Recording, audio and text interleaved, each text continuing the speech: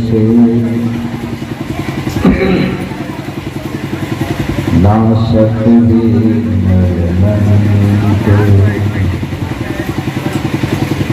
ताते सर्वारंभ ध्यावत है सब संग गुरु की महिमा अनंत है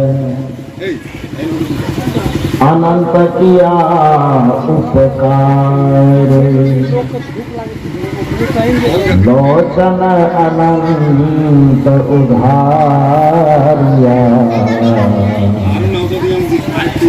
अनंत दिखावन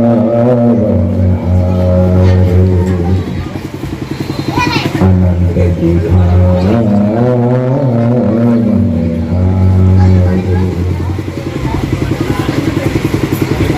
मेरे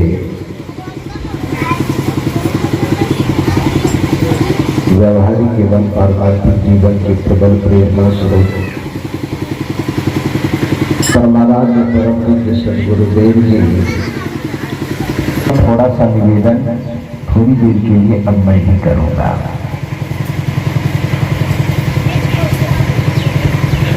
अभी आप इस मंच के द्वारा जो पाठ सुने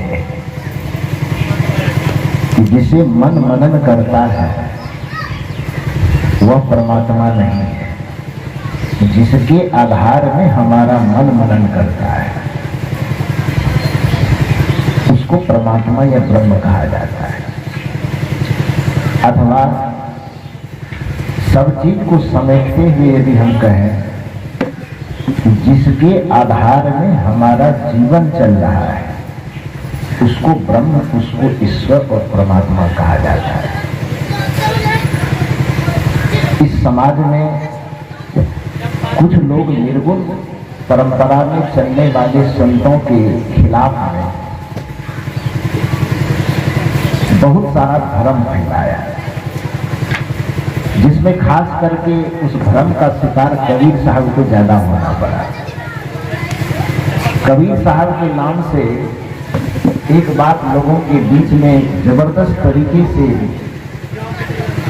गलत संदेश लोगों को दिया गया कि कबीर साहब और सामने से कोई आकर के कह रहा है कि ये देवता है, कबीर साहब कहते हैं मैं हरगिज नहीं मानो, दिखाई दे रहा है कि ईटा है, अब तुम कह रहे हो तो इसको मानो तो क्यों मानो? मानने से किसी चीज में परिवर्तन कैसे होगा? ये खंभा दिख रहा है, अब इसको मान लेंगे कि ये सोना का खंभा है, मान लेने से सोना हो जाएगा। बांस लकड़ी का खंभा है और मान लेंगे कि ये सोना का खंभा है, तो हमारे मान लेने से लकड़ी सोना में तो नहीं बदल जाएगा ना, नहीं बदलेगा। देवी जैसे 500,000 रुपए का नोट चलता है और उसके नाम पर नकली नोट निकलता है या नहीं निकलता है? अब कोई हमारे हाथ में आवे और नकली 500, 1000, 2000 जो भी नोट है वो नकली नोट भरा है, पैसा भरा है। कोई आदमी यदि समझाने के लिए तीसरा आदमी आया, देखो भाई 1500 रुपए का जो नोट चलता है इसमें नकली नोट से बच करके रहा है, तो नकली से हमें सावधान कर रहा है कि असली को छोड़ने के लिए कह रहा है। क्या कह रहा है? सावधान करने वाला व्यक्ति सिर्फ इतना कह रहा है कि 500, 1000 रुपए के नाम पर जो नकली रुपया निकल गया है, नकली नोट समाज में घूम रहा है, उस नकली नोट से तुम सावधान रहना। इसका ये अर्थ नहीं हुआ कि जो असली नोट है उसको भी फेंकने के लिए कह रहा है, ये नहीं कह रहा है। ठीक उसी प्रकार से देवी को तो माना ही तो कौन नहीं मानेगा, देवता को कौन नहीं मानेगा, ईश्वर को कौन नहीं मानेगा, परमात्मा को कौन नहीं मानेगा। ईश्वर, परमात्मा, देवी, देवता सबका अस्तित्व है, किंतु ईश्वर, परमात्मा, देवी और देवता के नाम पर जो पूरे दुनिया में एक बाजार चलता है, जितने भी संत हैं, संत ने उस ईश्वर और परमात्मा का विरोध नहीं किया, ईश्वर और परमात्मा के नाम पर जो दुकानदारी चलती है, उस दुकानदारी का विरोध किया है। और उस दुकानदारी का विरोध कोई भी समझदार होगा, चाहे कबीर हो, बुद्ध हो, महावीर हो, नानक हो, कोई भी हो, जो भी होगा धर्म के नाम पर चलने वाले आडंबर की दुकान का विरोध करेगा ही करेगा। तो करना चाहिए कि नहीं करना। धर्म का विरोध कोई नहीं करेगा, लेकिन धर्म के नाम पर फैले पाखंड का विरोध प्रत्येक व्यक्ति को करना चाहिए। धर्म का विरोध कोई नहीं करेगा, किसी को करना भी नहीं चाहिए, लेकिन धर्म के नाम पर चलने वाले अंधविश्वास का विरोध तो करना ही चाहिए। धर्म का विरोध, परमात्मा का, ईश्वर का विरोध तो बिल्कुल नहीं किया जा सकता, लेकिन ईश्वर परमात्मा के नाम पर यदि कोई गड़बड़ी हो रही है तो उसका विरोध तो होना चाहिए ना, उसका विरोध। कबीर साहब ने धर्म का विरोध नहीं किया, ईश्वर का विरोध नहीं किया, परमात्मा का विरोध नहीं किया, राम का विरोध नहीं किया, शिव का विरोध नहीं किया, बल्कि राम, कृष्ण, शिव इत्यादि देवी देवता के नाम पे जो आडंबर का दुकान चल रहा था, उस आडंबर का विरोध कबीर साहब। कहा जाता है कि कबीर साहब ईश्वर को नहीं मानते थे, राम को नहीं मानते। कैसे नहीं मानते थे? कबीर साहब के एक साथी को देखते क्या कहते हैं। कबीर साहब राम के विषय में क्या कहते हैं? कस्तूरी कुंडली बसे मृग ढूंढे बन माही, ऐसे घट घट राम है दुनिया जानत नाही। कबीर साहब साथी में क्या कहते? राम है कि राम नहीं है? क्या कहा? कस्तूरी कुंडली बसे मृग ढूंढे बन माही, ऐसे घट घट राम है। राम है कहा कि राम नहीं है? क्या कहा? है कहा, नहीं कहा। लोग क्या मानते हैं? अगर कबीर साहब राम का मानता है, कबीर साहब जो कोई भगवान मानता है, जो तो निर्गुणिया है, नहीं मानता है, किसी चीज को नहीं मानता है। कुछ लोग तो यहाँ तक कहते हैं कि कबीर साहब महान नास्तिक है। अरे अब भाई, कबीर जैसे संत यदि धरती के नास्तिक हो जाओगे तो तुम कहाँ से आस्तिक हो जाओगे? कबीर नास्तिक कैसे? कस्तूरी कुंडली बसे मृग ढूंढे बन माही, ऐसे घट घट राम है दुनिया जानत नहीं। दुनिया नहीं जानती। हम उस भगवान को आज तक जानते आए हैं जिसको हमने मंदिर में बैठा के रखा है। वो तो एक प्रतीक है नहीं। जैसे आप लोग जमींदार आए, आपके पास जमीन है, चाहे 1 कट्ठा हो कि 1 बीघा, जितनी भी जमीन आपके पास हो, तो जमीन भी है आपके पास और जमीन का नक्शा भी है आपके पास, है ना? उस नक्शा का प्रयोग कब करते हैं? जब जमीन में कोई उलझन आ जाती है, कोई लफड़ा लग जाता है, या अपने जमीन का मुआयना करना चाहते हैं, तब आप नक्शा निकालते हैं, अमीन को बुलाते हैं, उस जमीन की चौहद्दी देख करके, खाता खसरा देख करके उसकी नापी करते हैं, और जमीन को आप कागज पर उसको क्लियर करते हैं ना, घर में बैठ करके या कहीं रोड पे बैठ करके। लेकिन एक बात बताइए कि जमीन के विवादों को, जमीन के उलझनों को सुलझाने के लिए नक्शा का प्रयोग तो आप करते हैं, लेकिन यदि आपको गेहूं बोना हो, मकई बोना हो, टमाटर उपजाना हो, बैगन लगाना हो, आलू लगाना हो, तो नक्शा पर ट्रैक्टर चलाते हैं क्या? नक्शे पर ट्रैक्टर चलाते हैं, नक्शा पर बीज छींटते हैं, खाद छींटते हैं, पटवन नक्शे पर करते हैं। क्या करते हैं? खेत में जाते नक्शा लेकर के केवल आप बैठे रहे और नक्शा लेकर के ही उछलते रहे कि नक्शा मेरी मुट्ठी में है तो जमीन भी मेरी मुट्ठी में है। ठीक है, कागज से जमीन आपकी मुट्ठी में है, किंतु यदि उस पे अनाज उत्पन्न करना है, अपना पेट भरने के लिए फल फसल सब्जी उगाना है, तो नक्शा पे न तो हल चलाया जा सकता है, न पटवन किया जा सकता है, न बीज छीटा जा सकता है, न फसल उपजाया जाएगा। नक्शा का काम अलग है और जमीन का काम अलग है। ठीक उसी प्रकार से मंदिर में जो देवता को आपने स्थापित किया है, ये देवता नहीं है, ये देवता की प्रतिमा। ये देवता का प्रतीक है, ये देवता का नक्शा है। नक्शा को तो हमने पकड़ के खूब बढ़िया से रखा है, लेकिन असली प्लॉट को कभी हम ध्यान ही नहीं देते हैं। तो असली प्लॉट पर जब आप कभी कब्जा करने नहीं जाइएगा, नक्शा आपके मुट्ठी में है, जमीन की कागज आपके मुट्ठी में है और कब्जा कोई दूसरा किया हुआ है, तो उस जमीन का जमींदार होने से क्या फायदा है आपको? कोई फायदा है क्या? अरे जमीन के केवाला आपके मुट्ठी में है, जमीन का नक्शा भी आपके मुट्ठी में है, और उस जमीन पर कब्जा कोई और करके रखा। कब्जा करवाने में 12 वर्ष से ज्यादा रह गया तो सुप्रीम कोर्ट ये भी कहता है कि कागज लेके उछलते रहेंगे, कुछ नहीं कर पाएगा, यही कहता है। तो कहने का ये अर्थ है, मैं ये नहीं, नक्शा का भी अपने जगह पर महत्व है, लेकिन नक्शा के साथ साथ जो वास्तविक जमीन है उस जमीन पर भी तो आपको ध्यान देना होगा, क्योंकि सारा काज व्यापार, सारा काम धंधा तो असली जमीन पर ही होगा ना, नक्शा के सब काम नहीं हो सकता। उसी प्रकार से मंदिरों में जो देवता की प्रतिमा स्थापित होती है वो देवता नहीं है, वो देवता की प्रतिमा है। चित्र में और चरित्र में अंतर होता है, बिंब में और प्रतिबिंब में अंतर होता है, बिंब अलग होता है, प्रतिबिंब अलग होता है। हम यहाँ खड़ा हो जाएंगे धूप में तो स्वाभाविक है कि हमारी छाया बनेगी ना, जो शरीर होगा वो बिंब कहलाएगा और जो शरीर की छाया बनेगी वह प्रतिबिंब कहलाएगा। तो बिंब और प्रतिबिंब, प्रतिबिंब एक ही व्यक्ति का ही प्रतिबिंब है, किंतु प्रतिबिंब कभी बिंब नहीं हो सकता है। छाया कभी व्यक्ति कैसे हो जाएगा? होगा नहीं होगा।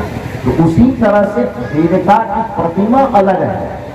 देवता, हम ईश्वर की प्रतिमा का तो घर बना सकते हैं, लेकिन ईश्वर का घर नहीं बना सकते। एक बात ध्यान दीजिए, यह भी एक अजब विडंबना है। हम लोग कहते हैं कि पूरे के पूरे सृष्टि को ईश्वर ने, परमात्मा ने बनाया है।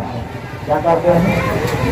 थोड़ा अपने बुद्धि पे ही विचार कीजिए। आम लोग क्या कहता है, जो ईश्वर की भक्ति, ईश्वर को मान्यता में मानने वाले लोग होते हैं, वो सारे के सारे लोग यह मानते हैं, कहते हैं इस पूरे संसार को, पूरे सृष्टि को ईश्वर ने बनाया। कहते हैं कि कहते हैं मनमोहन बात कहते हैं ना, मेरी बात से आप सहमत हैं कि हम सब लोग क्या कहते हैं? मुसलमान से पूछिए किसने बनाया? अल्लाह ने, खुदा ने। ईसा मसीह के मानने वालों से पूछिए, कहेगा गॉड ने बनाया। और हम सनातन धर्मी वाले लोगों से पूछिए तो कहेंगे ईश्वर ने बनाया या परमात्मा ने बनाया, यही कहेंगे ना। तो इतना सा विचार कीजिए, जो परमात्मा, जो ईश्वर पूरे सृष्टि को बना सकता है, पूरे सृष्टि के कण-कण को बनाने की क्षमता जिस ईश्वर के पास है, अपना रहने वाला घर बनाने की क्षमता ईश्वर के पास नहीं है। मेरी बात आप समझ रहे हैं कि नहीं समझ रहे? जिस व्यक्ति के लिए, जिस ईश्वर के लिए, जिस परमात्मा के लिए हम यह कहते हैं कि पूरे सृष्टि के कण कण को ईश्वर ने, परमात्मा ने बनाया, पूरे सृष्टि को ईश्वर ही चला रहे हैं, तो उस ईश्वर को, जो सृष्टि के कण कण को बनाया है, उस ईश्वर का रहने के लिए घर हम और आप बनाने का दावा करते हैं। ये बताइए तो कितना मूर्खता की बात है? मूर्खता की बात है ना। ईश्वर को आज तक हम उस जगह पर खोजने जा रहे हैं जिस घर को, ईश्वर को रहने के लिए हमने घर बनाया। ईश्वर के घर में कब ढूंढिएगा ईश्वर को? ये जो मंदिर बना है ईश्वर का बनाया हुआ है कि अदलपुर वाले का बनाया है? किसका बनाया हुआ है? अदलपुर वाले का। चाहे आज बनाया हो, कि 10-20 वर्ष पहले बनाया हो, कि 100 वर्ष पहले बनाया, लेकिन बनाया होगा यहाँ के लोगों ने ही। तो आज तक इस ग्राम के जो भी व्यक्ति, इस इलाके के जो भी व्यक्ति पूजा करने आए हैं, तो अपने बनाए मंदिर में अपने बनाए देवता की पूजा करने आए। देवता को भी आपने ही बनाया है और उस मंदिर को भी आपने ही बनाया है। तो आप अपने बनाए मंदिर में अपने बनाए की देवता की पूजा तो अभी तक आप किए हैं, तो नक्शा की पूजा कर रहे हैं ना। लेकिन जो असली देवता है, असली मंदिर है, असली मंदिर क्या है उसको जान रहे हैं आप? असली देवता कौन है उसको आप जान रहे हैं? असली ईश्वर कौन है उसको आप जान रहे हैं, और जब अभी तक असली ईश्वर को जाने ही नहीं है तो फिर उसकी पूजा कैसे करेंगे? जब असली देवता को अभी तक आप समझे ही नहीं है, केवल नक्शा को समझे, जमीन देखे ही नहीं है, तो फिर जमींदार कैसे कहा जाएगा? तो कहने कबीर साहब का यही कहना है। कबीर साहब ये नहीं कहते कि वो बेकार है, कबीर साहब ये कहते हैं कि वो तुम्हारा नक्शा है और उस नक्शा को अपने पास में रखो, उसकी भी आवश्यकता है, लेकिन साथ साथ यह भी ध्यान रखो उस नक्शे के आधार पर जो तुम्हारा वास्तविक प्लॉट है, वास्तविक देवता है, वास्तविक ईश्वर है, वास्तविक मंदिर है, उसको भी पहचान। और यही पहचान दुनिया के सारे संतों ने कहा। भगवान को हम मंदिर में बैठा दिए। भगवान ने कब कहा कि हम मंदिर में? अभी सावन का महीना चल रहा है, देवघर में लोग एकदम कतार, लाखों करोड़ों लोग जा रहा है। संत महात्मा जी मंच से कहता है कि भाई वहां पर कोई भगवान भगवान नहीं है। दुनिया के सारे लोग एकदम विरोध में खड़े हो जाएंगे, बाप रे बाप, बाबा तो मतलब कोई भगवान मानवे नहीं है। लेकिन आप एक बात बताइए, आप कल भी इसी बात पर चिंतन चल रहा था कि कुछ अपने मन से करते जा रहे, कुछ थोड़ा सा हल्का ठहर के विचार तो कीजिए कि क्या कर रहे हैं। शंकर भगवान ने कब कहा कि हम मंदिर में निवास करते हैं? शंकर भगवान से कभी जाकर के पूछे हैं? संजोग की बात है कि भगवान शंकर एक बार एक भक्त के आमने सामने, भक्त ने पूछा कि भगवान शंकर, आपके नाम को लेकर के दुनिया में दो दल बना हुआ है, एक संतों का दल, एक पंडितों का दल। पंडितों का दल कहता है कि आप मंदिर में निवास करते हैं, और संतों का दल कहता है कि आप सबके हृदय में निवास करते हैं। कहता है कि नहीं कहता? जैसा कि कबीर साहब ने क्या कहा, कस्तूरी कुंडल बसे मृग ढूंढे बनवाहि, ऐसे घट घट राम है। क्या कहा? घट घट राम है, सबके हृदय में वो राम है, दुनिया जाना। महर्षि नहीं बाबा क्या कहते? निज तन में खोज सज्जन, बाहर न खोजना, अपने ही घट में हरि है, अपने में खोजना। निज तन में खोज सज्जन, कहाँ का खोजना? इस मंदिर में खोजने कहा, निज तन में। आरती करते क्या गा रहे हैं? सामने भी जो गा रहे थे, आरती तन मंदिर में। कौन मंदिर में? क्योंकि उस मंदिर को हमने आपने बनाया है। आज बनाए हैं कि 50 साल पहले बनाए, लेकिन वो हमने बनाया है।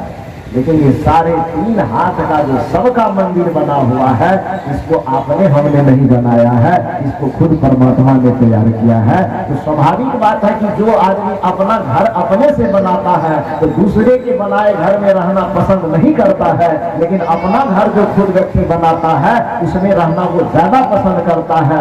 वो जो सामने में बाहर में दिखता हुआ मंदिर है, उसको हमने आपने चंदा इकट्ठा करके बनाया है, और ये जो सारे 3 हाथ का मंदिर है इसको खुद ईश्वर और परमात्मा ने बनाया है। तो आप ही फैसला कीजिए कि ईश्वर उस मंदिर में बढ़िया से रहेगा, ईश्वर अपने बनाए मंदिर में बढ़िया से रहेगा। आप तय कीजिए किसमें रहेगा? जो उनका अपना बनाया हुआ घर है, उनके हाथ से अपने से निर्मित किया हुआ मंदिर है, उसमें वह है। इसको कबीर साहब ने कहा, राम नाम रस दीनी चदरिया जीनी देगी। अष्ट कमल का चरखा बनाया। जैसे हम लोग मिस्त्री कारीगर सीमेंट बालू छड़ गिट्टी लगाए हैं ना, वैसे परमात्मा, वैसे ईश्वर जब इस मंदिर का निर्माण कर रहा था तो वो कौन कौन बालू गिट्टी लाया?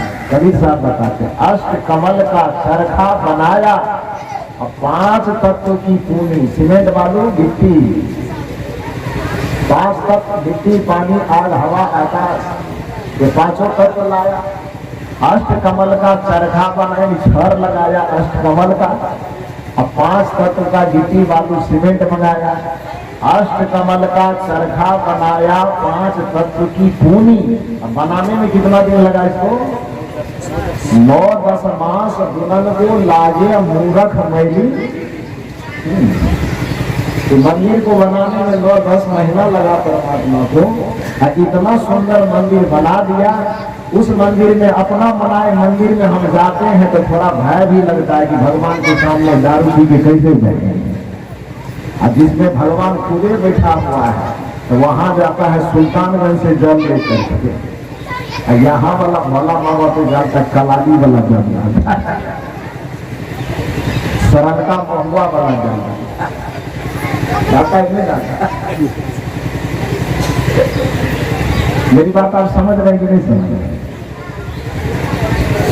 परमात्मा का जो नक्शा है उस नक्शा पे हम पवित्र गंगा का जल डालते हैं, अब परमात्मा का जो प्लॉट है उस प्लॉट में हम दारू का बोतल डालते हैं, शिखर के पुड़िया डालते हैं, दाल डालते हैं, मांस डालते हैं, मछली डालते हैं, अंडा डालते हैं, कबूतर डालते हैं। अरे नाना, तो मंदिर वाला भगवान को मानने से तब फायदा क्या होगा?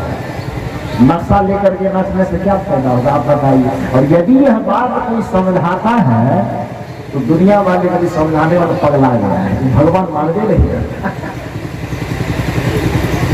भगवान मानने की ठेकेदारी आप ही के पास है। कैसे लगता है कि भगवान को हम नहीं मानते? किस आधार पर? तो मैं कह रहा था कि भगवान शंकर से पूछा किसी भक्त ने कि आपको मानने का 2 तरीका बताने वाले संसार में लोग हैं।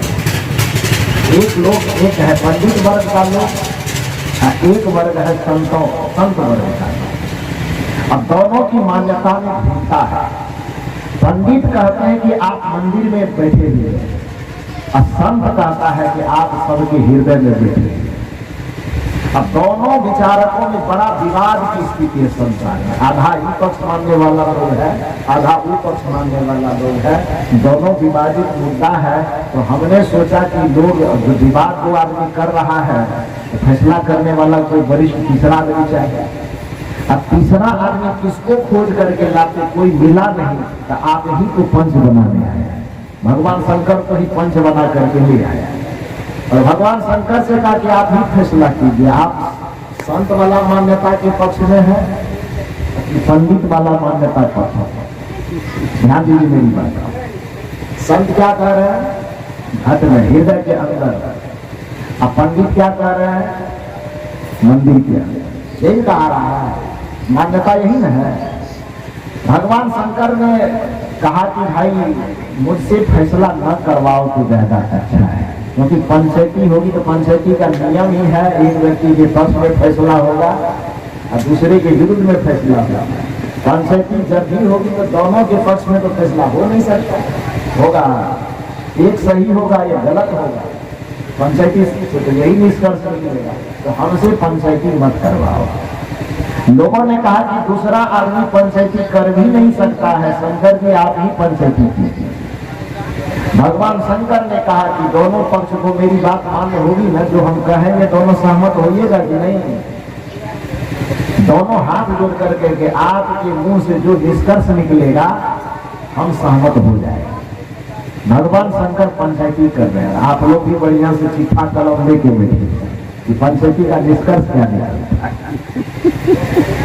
भगवान शंकर पंचायती करने बैठ गए तो भगवान शंकर ने कहा कि अच्छा एक बात बताओ कि दुनिया में जब कोई व्यक्ति पॉपुलर होता है, उसकी जान पहचान ज्यादा बढ़ जाती है, लोगों के बीच में वो सम्मानित हो जाते हैं, तो जब लोग उनसे पूछता है कि आप कहाँ रहते हैं, आपका मोबाइल नंबर क्या है, आपका नाम क्या है, वो आदमी 50 बार कितना बताएगा? तो उसके लिए पहले से एक कार्ड छपा के रखता है ना। उस कार्ड को क्या बोलता है? Visiting card. समझ रहे हैं ना? देखे होंगे मुखिया सरपंच सब छपा के आजकल रखता है। तो एक विजिटिंग कार्ड आता है जिसपे उसका नाम, पता, मोबाइल नंबर लिखा रहता है। जब किसी नए व्यक्ति से मिलता है तो पता पूछने की जरूरत नहीं पड़ती, विजिटिंग कार्ड दे दिया, मुझे चला जाता है। जरूरत पड़ी तो वही कार्ड देख करके फिर फोन लगाता है। भगवान शंकर ने कहा कि तीनों लोकों में ब्रह्मा, विष्णु, शिव, हम तीनों तो पॉपुलर आदमी है कि नहीं है? ब्रह्मा जी, विष्णु जी और शिव जी। काम तीनों पॉपुलर हैं तो दुनिया के जितने पॉपुलर देवता है सबका अपना अपना विजिटिंग कार्ड पहले से छपा हुआ है कि नहीं? भक्त ने कहा कि आपका विजिटिंग कार्ड भी छपा हुआ है क्या? भगवान शंकर ने कहा बिल्कुल छपा हुआ। कहा क्या है बिल्कुल? अच्छा एक बात ध्यान दीजिए, तो विजिटिंग कार्ड पर जो पता छपा होता है, मान लीजिए मेरा कार्ड आपके हाथ लग गया कि मैं कहलगांव में भद्रेश्वर पहाड़ के पास रहता हूँ, मेरा मोबाइल नंबर इतना इतना है, सारा पता विजिटिंग कार्ड पर हमने दे दिया। अब विजिटिंग कार्ड अपने पैकेट में रख करके और आप हमको खोजने के लिए दिल्ली चले जाएंगे, कितना दिन में हम मिलेंगे बताइए? हम आपको कितना दिन में मिलेंगे? पता हमने दिया है कहलगांव का और आप हमको खोज रहे हैं दिल्ली में, हम कब तक में मिलेंगे आपको? एक जन्म में तुम धरती जीत जाएगी फिर भी हम नहीं मिलेंगे। आप हमको कलकत्ता खोजने चले जाइए, मुंबई खोजने चले जाइए, हम मिलेंगे? क्यों नहीं मिलेंगे?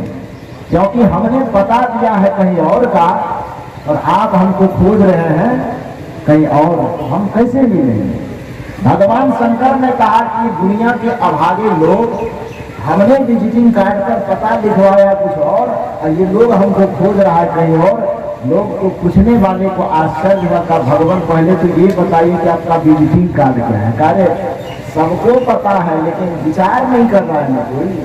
मनमोहन बाबू बढ़िया से सुनिए भगवान शंकर क्या कहते हैं और आप लोगों से भी गवाए सुनिए।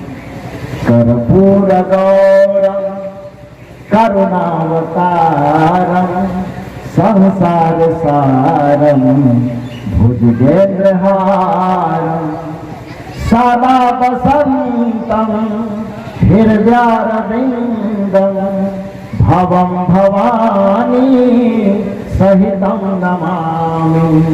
कर्पूर गौरम करुणावतारम संसार सारम भुजगेन्द्रहारम।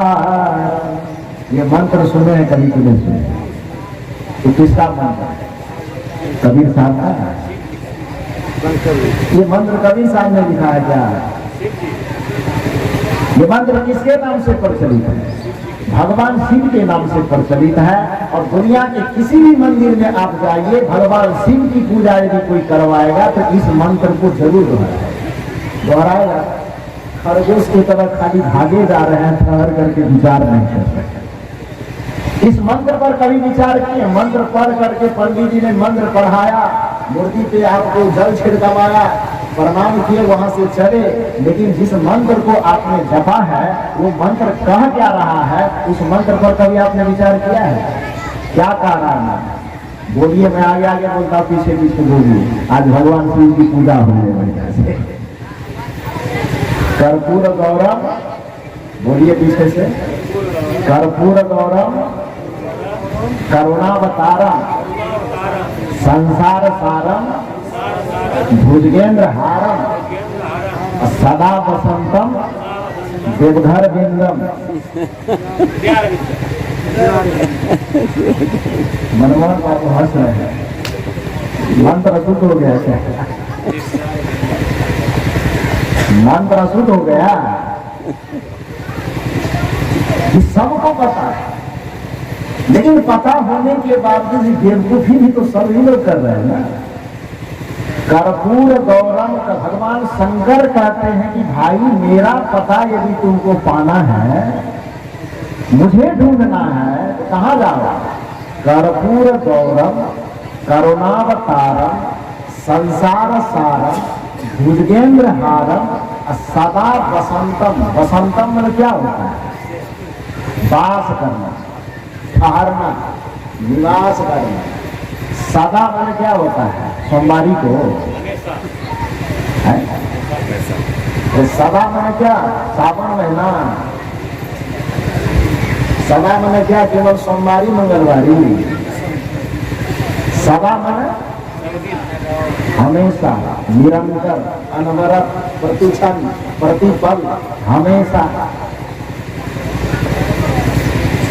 जहां पर हटने की कभी कोई गुंजाइश न हो, जहां सोमवारी मंगलवारी का कोई भेद नहीं हो, जहां सावन भादव आश्विन कार्तिक का कोई फर्क न पड़े, भगवान शंकर ये दावा कर, यही दावा यदि कबीर साहब कहते तो आप लाठी लेकर के खड़े रहे, भगवान भगवान मानने नहीं करते।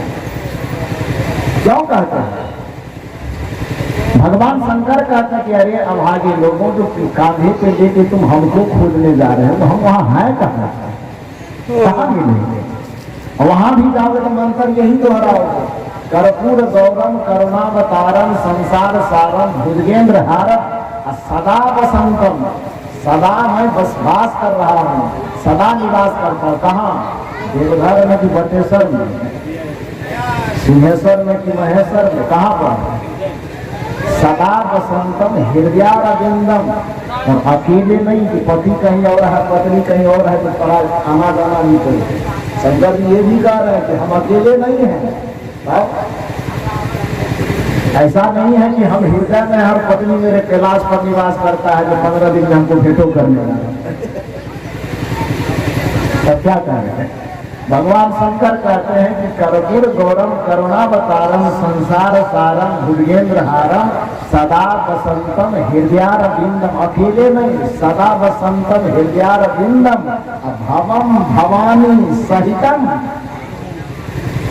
अपने भवानी के सहित, यानी हम दोनों पति पत्नी पूरा परिवार सब तुम्हारे हृदय में निवास करते हैं। और वो भी रविवारी सोमवारी नहीं, सदा वसंतम हमेशा प्रतिपल तुम्हारे हृदय के मंदिर में निवास करते हैं। अरे अभागे जिस दिन तुम्हें मुझे देखना हो, ये रविवार सोमवार का भेद न करो, ये सावन भादव का भेद न करो। जिस दिन मुझे तुम्हें देखना हो, गुरु का सहारा प्राप्त करके उस दिव्य दृष्टि को खोलो और अंतर में झांक करके मुझे निहारो, तो वह शिव और पार्वती आपके हृदय में बैठा हुआ मिलेगा। उसको बाहर ढूंढने की क्या जरूरत?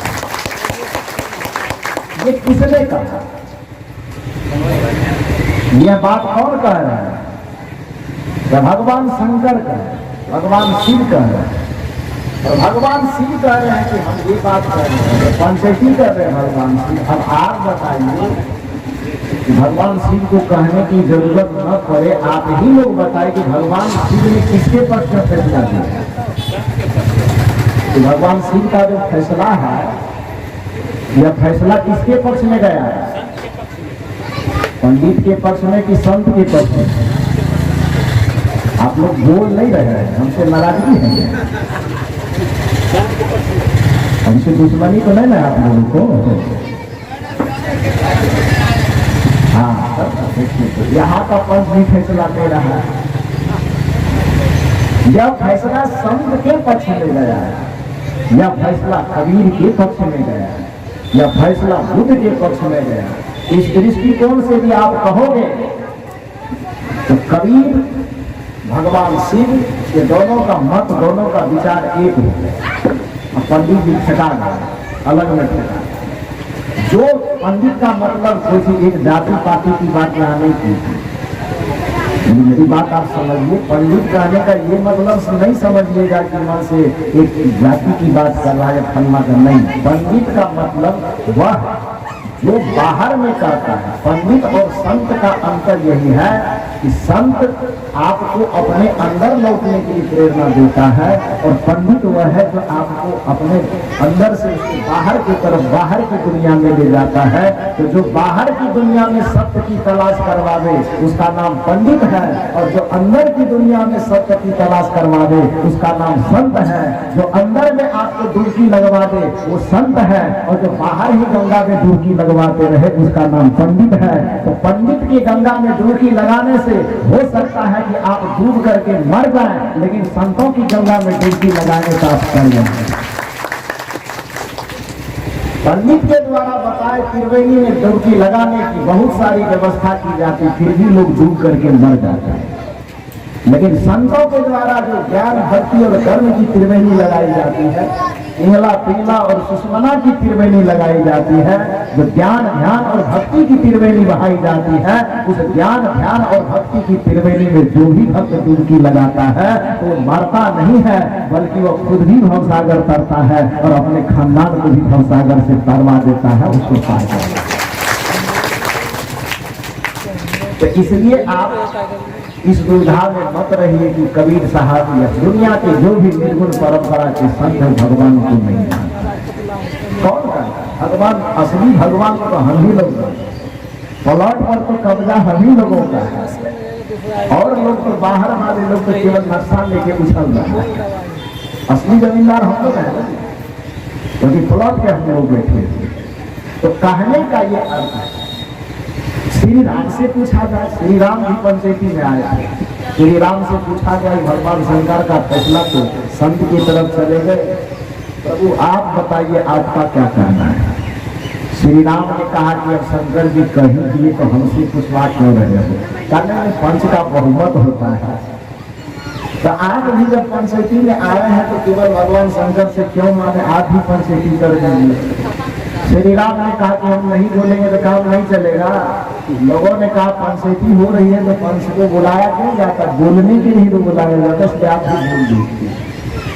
श्री राम ने कहा कि ठीक है, मुझसे यदि पूछते हो तो हालांकि लोग तो हम ही को भगवान मानता है, लेकिन ये गड़बड़ है। श्री राम भी भगवत स्वरूप है क्योंकि उसमें भगवत स्वरूप वाला कर्म है। श्री राम में मर्यादा है, वो एक आदर्श पुत्र है, वो एक आदर्श शिष्य है, वो एक आदर्श मित्र है, वो एक आदर्श भाई है। जब भी इस संसार को एक आदर्श भाई की शिक्षा की जरूरत पड़ेगी, प्रेरणा की जरूरत पड़ेगी, तो पूरे संसार को राम जी की तरफ देखना पड़ेगा, राम जी के इतिहास को समझना पड़ेगा। यदि इस संसार में एक मर्यादित पुत्र की जब भी तलाश की जाएगी, एक मर्यादित पुत्र का जीवनचर्या जब भी देखा जाएगा, तो उसमें श्री राम के व्यक्तित्व की उस जीवनचर्या को ढूंढा जाएगा। यदि एक आदर्श मित्र की जरूरी गणना की जाएगी और आदर्श मित्रता निभाने की जब भी बात आएगी, तो श्री राम के व्यक्तित्व से प्रेरणा ली जाएगी। जब तक यह धरती रहेगी तब तक श्री राम के जीवन में कुछ ऐसे सद्गुण है, माता पुत्र के बीच में जो रिश्ता है, पिता पुत्र के बीच में जो रिश्ता है, मित्र मित्र के बीच में जो रिश्ता है, समाज के समूह को अपने साथ लेने की जो क्षमता श्री राम में है, इस मर्यादा और इस क्षमता के कारण राम जी इस संसार के सभी मनुष्य के सब दिन आदर्श बने रहेंगे। जब तक यह धरती रहेगी, राम की मर्यादा मनुष्य को प्रेरित करती रहेगी। उस जगह पर श्री राम की आवश्यकता है। लेकिन श्री राम ने कहा कि लोग मर्यादा देने में इतना आगे बढ़ गए कि सीधे हम ही को भगवान माना। लेकिन राम तो भगवान नहीं है, राम भगवान तो राम के अंदर में बैठा है, वो दशरथ के अंदर में भी बैठा है। और ध्यान दीजिए, राम जितना महान है, उस राम से राम का नाम ज्यादा महान है। यही कारण है ना कि समुद्र पर जब राम सेतु बनाया जा रहा था, कहा जाता है कि नल और नील पत्थर पर राम राम लिख करके इसे पानी में फेंकते जा रहे थे, तो पत्थर तैरते चला जाता। राम जी देखे, देखने के बाद शायद राम जी को भी थोड़ा कुछ देर की लगा, बाप रे बाप हम बड़ा पावरफुल आदमी है। श्री राम जी को लगे होंगे कि हम बड़े ताकतवर आदमी हैं। क्यों भाई? मेरा नाम इतना शक्तिशाली है कि उस पे राम शब्द लिख करके पानी में फेंका जा रहा है, तो पत्थर क्या होता है? पानी पे तैर रहा है।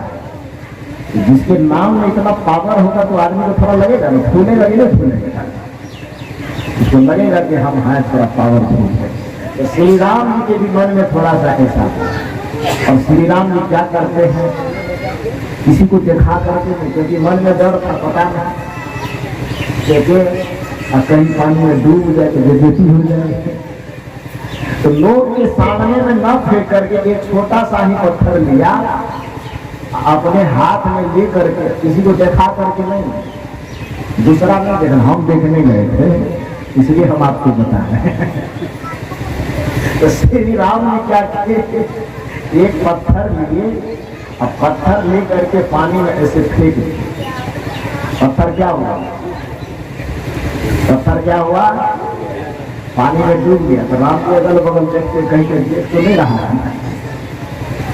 ये भारी बेइज्जती है कि हम सोच रहे थे कि मेरा नाम पावरफुल है तो हम भी पावरफुल हो गए। आखिर में उससे जामवंत जी देख रहे थे। जामवंत जी इस घटना को देख रहे, और जब अगल बगल राम जी झांकने लगे तो नजर पड़ गई जामवंत पर। तो राम जी ने सोचा कि तो बड़ा मुश्किल हो गया, जामवंत भी देख लिए, अब क्या किया जाए।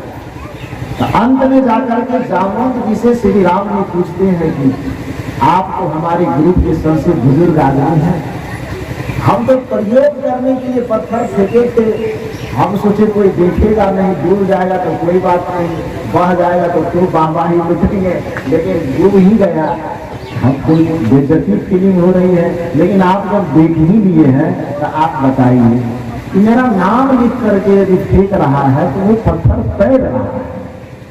नाम में तो बड़ी शक्ति है, राम शब्द में बड़ी शक्ति है, हम उसी पत्थर को लेकर के फेंके तो डूब गया। जामवंत कहते हैं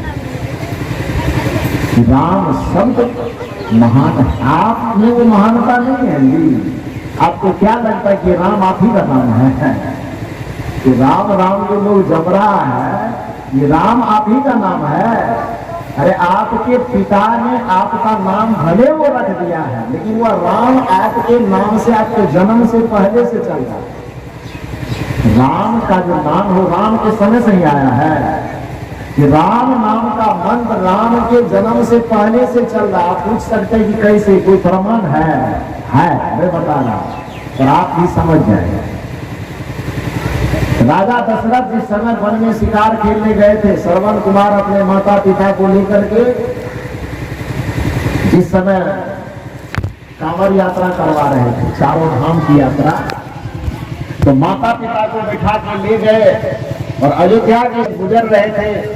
श्रवण के माता पिता को प्यास लगी, और प्यास लगने के बाद उसके माता पिता ने कहा कि बेटा पानी हो तो बगल से ले आओ। सरजू नदी बगल से गुजर रही थी। श्रवण ने कहा कि ठीक है, माता पिता को छाया में वृक्ष के नीचे बिठा दिया, और श्रवण कुमार जल लेने के लिए सरजू नदी में चले गए। जिस जगह पर वो जल भर रहे होंगे सरजू से, उसी के आसपास में 1 किलोमीटर की दूरी पर राजा दशरथ शिकार खेल रहे थे। उनको शब्दवेदी बाण चलाने आता था, मतलब शब्द को सुन करके बिना देखे बाण चला देता तो शिकार हो जाता। यह ज्ञान, यह कला राजा दशरथ के पास थी। सरजू नदी में जैसे ही श्रवण कुमार अपना पानी पी लिए और उसके बाद कमंडल डाल करके पानी भरने ही वाले थे कि वो कमंडल में जो पानी भर रहा था तो उसे गुड़गुड़ाहट की आवाज हुई। पानी भरेगा तो नहीं होगा, तो पानी कमंडल में जो आ रहा था, गड़गड़ाहट की जो आवाज हुई, राजा दशरथ जो शिकार खेल रहे थे उसके कान तक गड़गड़ाहट की आवाज। तो पानी की गड़गड़ाहट की आवाज को दशरथ जी सुन लिए, लेकिन उतना दूर से नजर से दिखाई तो नहीं देगा ना कि कौन पानी भर रहा है। राजा दशरथ मन ही मन अनुमान किया कि वो पानी कोई मिर्गा पी रहा है। अपने मन में कल्पना किया कि मिर्गा पानी पी रहा है। अब शिकार तो खेल ही रहा था, तो वहां पानी भर रहा है राजा दशरथ, ये श्रवण कुमार, लेकिन राजा दशरथ को लग रहा है कि मिर्गा पानी पी रहा है। तो मिर्गा समझ करके वहां से क्या किया, वो बाण चला गया, और वह बाण जा करके श्रवण कुमार के छाती, और श्रवण कुमार के छाती में जैसे ही वह बाण लगा, छटपटा करके गिर गया। बाण पकड़ लिया। अब दर्द से कराहते कराहते जो शब्द श्रवण कुमार के मुंह से निकल रहा था, तो कौन सा शब्द निकल रहा था? राम। जय श्री राम। राम राम राम राम। जय श्री राम उस समय नहीं चला था, भाजपा वाला गाना चला। गांधी जी को जब बात लगी, गांधी जी को जब गोली लगी थी, तो गांधी जी के मुंह से क्या निकला था? जय श्री राम कैसे कह गांधी जी के मुंह से हे राम निकला था ना। उसी तरह से राजा दशरथ ने जब श्रवण कुमार के छाती में बाण मारा, तो उस समय श्रवण कुमार को जब दर्द हो रहा था, तो कराहते हुए राम राम राम राम की पुकार रहा था कि नहीं? उस समय राम का नाम जिस समय श्रवण कुमार पुकार रहे थे, और जैसे ही उसके माता पिता के पास सूचना गई कि आपके बेटे को मार दिया गया, मर गया हो, अब पानी लेकर के मैं दशरथ आया हूँ, आप पानी पी लीजिए, उस समय भी उन्होंने कहा कि मैं इस दुनिया से जा रहा हूँ, जैसे मैं पुत्र के वियोग में तरफ के मर रहा, तुम भी मरोगे, श्राप देता हूँ। और वह भी राम राम करते करते अपना प्राण छोड़ दिए।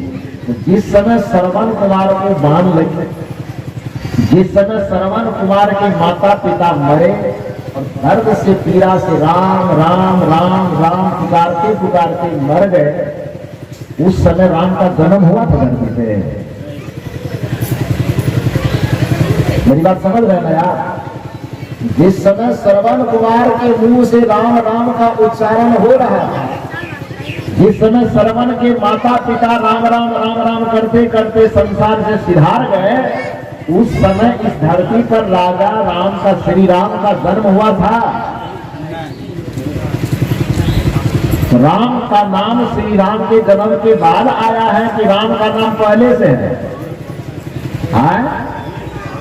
मेरी बात समझ रहे हैं ना? राम का नाम राम के जन्म से पहले से है। उस राम नाम की महिमा इतनी व्यापक है जिसको कि आज भी हम लोग का तो 4 आदमी जब लाश के कंधे पे उठाता है ना, तो पुकारते जाता है पीछे से, राम नाम सत्य, सबका यही सत्य। जिस राम नाम की सत्यता की घोषणा हम लाश के पीछे करते जाते हैं, अयोध्या वाला राम है वो। जिस राम का हम वर्णन करें, कौन राम है? जो रमन करने के कारण अभी तक किसी का बाप, किसी का दादा, किसी का नाना, किसी का मामा, किसी का चाचा, किसी का मौसा, किसी का गुरु, किसी का चेला बना हुआ है कि रमैया राम यदि घर से निकल जाए तो सब दादा नाना का रिश्ता खत्म, लाश बन जाएंगे। न कोई पत्नी कहने वाला होगा, न पति कहने वाला होगा, न दादा कहने वाला होगा, न नाना कहने वाला होगा, न कोई रिश्तेदार होगा, न कोई नातेदार होगा। अरे जब तक वह रमैया राम आपके शरीर में रमन कर रहा है, तब तक आप पूरे संसार के नाना दादा काका मामा बने हुए हैं। और जिस दिन वह रमैया राम घर से निकल जाए, 1 मिनट में लाश हो जाएंगे, मुर्दा बना करके दफना दिया, जला दिया जाए। तो जिस राम के रमन करने से आप इस संसार के दादा नाना काका मामा बने हुए हैं, और जिस राम के निकल जाने से आप 1 मिनट में मुर्दा हो जाते हैं, दुनिया के लोग उस राम की पुकार करते हैं कि राम नाम सत्य है, सबका यही सत्य है। तो राम जी का जन्म भी इस धरती पर जिस समय नहीं हुआ था, उस राम का माला उस समय ही जपा जा रहा था। श्री राम का जन्म इस धरती पर जब तक नहीं हुआ था, तो आदमी सुख में, दुख में, अच्छे में, बुरे में राम नाम का माला जपता था, राम राम राम राम जपता था। इसका सीधा सा अर्थ है कि राम, अयोध्यापति राम के पहले से ही राम का नाम जग विख्यात है, प्रचलित है। इतना प्रचलित होगा, प्यारा नाम होगा, तो राजा दशरथ के घर में जब श्री राम का जन्म हुआ होगा, तो उसे लगा होगा कि राम भगवान का नाम है, राम उस परमात्मा का नाम है। और प्रत्येक व्यक्ति को अपने बच्चे का नाम तो अच्छा ही रखना चाहता है, क्योंकि कहा जाता है कि यथा नाम तथा गुण, जैसा नाम होता है वैसा व्यक्ति के अंदर गुण आने लगता है। तो राजा दशरथ को लगा होगा इस चौथी अवस्था में, बुढ़ापा अवस्था में, इतना प्यारा सुंदर बच्चा हुआ है जिसको देख करके मेरा मन और आत्मा जुड़ा गया है कि इतना सुंदर बच्चे का नाम क्या रखना चाहिए। तो जो परमात्मा का नाम राम के नाम से विख्यात था, उसे लगा राजा दशरथ को कि हमारा बेटा भी परमात्मा की तरह हमको आनंद दे रहा है, इसलिए अपने बेटे का नाम भी हमें परमात्मा के नाम पे रखना चाहिए और उसमें अपने बच्चे का नाम राम रखते। समझ रहे हैं? तो श्री राम ने कहा कि राम जो परमात्मा का नाम राम है, वो राम जगत विख्यात है, लेकिन लोग हम ही को राम भगवान मान रहे हैं। हम मर्यादा के अवतार हैं, हम मर्यादा पुरुषोत्तम है, लेकिन भगवान और परमात्मा की तरफ से हमारी पूजा कर रहा है। तो श्री राम ने कहा ये गड़बड़ हो गया। तब क्या कहता है श्री राम ने कहा, परमात्मा और प्रभु का पता पूछना चाहते, पंचायती हो रही है ना यहाँ। तो श्री राम ने कहा कि पंचायती यदि कर रहे हो, भगवान शंकर ने कहा कि मैं मंदिर में नहीं, मैं हृदय में निवास करता हूँ। श्री राम ने कहा कि मुझसे पूछिए, तो भगवान शंकर फैसला दे दिए हैं, हम उससे बाहर नहीं जा सकते हैं, मेरा भी फैसला वही है। लोगों ने कहा कि आपका जो फैसला है आप अपने तरीका से बोलिए तब मानेंगे। और श्री राम जी क्या कहते हैं, प्रकृति पार प्रभु सब उर्वासी, ब्रह्म निरीह विराज अविनाशी। ये चौपाई हम अपना से बना के कह रहे हैं क्या? ये चौपाई रामचरितमानस में है कि नहीं है? अब विश्वास नहीं होता है तो रामचरितमानस में ले आएगा, निकाल करके हम दिखाते। श्री राम जी कहते हैं कि यदि परमात्मा की तलाश करना हो, परमात्मा को खोजना हो तो परमात्मा कहाँ मिलेंगे? श्री राम जी अपने मुंह से कहते हैं, पंचैती में बैठे हुए हैं, भगवान शंकर पंचैती कर दिए, अब राम जी पंचैती कर रहे हैं। तो राम जी कहते हैं प्रकृति पार प्रभु सब उर्वासी, ब्रह्म निरीह विरज अविनाशी। जो अविनाशी परमात्मा है वो कहीं मंदिर में नहीं निवास करता, बल्कि वो जो परमात्मा है वो प्रकृति के पार सबके हृदय में निवास करता। प्रकृति पार प्रभु सब उर्वासी। यहाँ प्रकृति को जैसे ही पार कहा मैंने, तो प्रकृति में क्या? 5 तत्व। प्रकृति में क्या? 5 विषय। प्रकृति में क्या? 25 प्रकृति, 5 तत्व, 5 गुण और 25 प्रकृति, 3 गुण, 5 विषय। इन सभी आवरणों के जो पार में है इसको परमात्मा कहा है। और ध्यान दीजिए, गोस्वामी तुलसीदास जी एक बार में ही राम जी के मुख से कहवा रहे कि प्रकृति पार प्रभु सब उर्वासी। अब गुरु महाराज के जो पाठ करते हैं प्रत्येक दिन सुबह सुबह वाला, सब क्षेत्र क्षर अपरा परा, क्या करते हैं? यही करते हैं, मन के पार, बुद्धि के पार, निर्गुण के पार, सगुण के पार, सत्य के पार, असत्य के पार, सब के पार ले जाते हैं, नहीं ले जाते। दोनों में अंतर, राम जी जो कह रहे हैं नहीं बाबा, दोनों में अंतर नहीं है। अंतर इतना ही है कि नहीं बाबा थोड़ा इतना पार करे, पार पार पार पार करे, 10 कट्ठा के पार करे। माने व्याकरण में 2 प्रकार की शैली है। एक शैली का नाम होता है व्यास शैली, एक शैली का नाम है समाज शैली। समाज शैली का मतलब होता है बहुत विस्तृत बात को सिमट करके थोड़े में जब कहा जाता है तो उसको समाज शैली कहा जाता है। और जब छोटी बात को, सिमटे हुए बात को फैला करके विस्तार करके कहा जाता है तो उसको व्यास शैली कहा। गोस्वामी तुलसीदास जी श्री राम के मुंह से यदि यह बात है कि प्रकृति पार प्रभु सब उर्वासी, तो बात वही कह रहे हैं लेकिन वो समाज शैली में कह रहे हैं।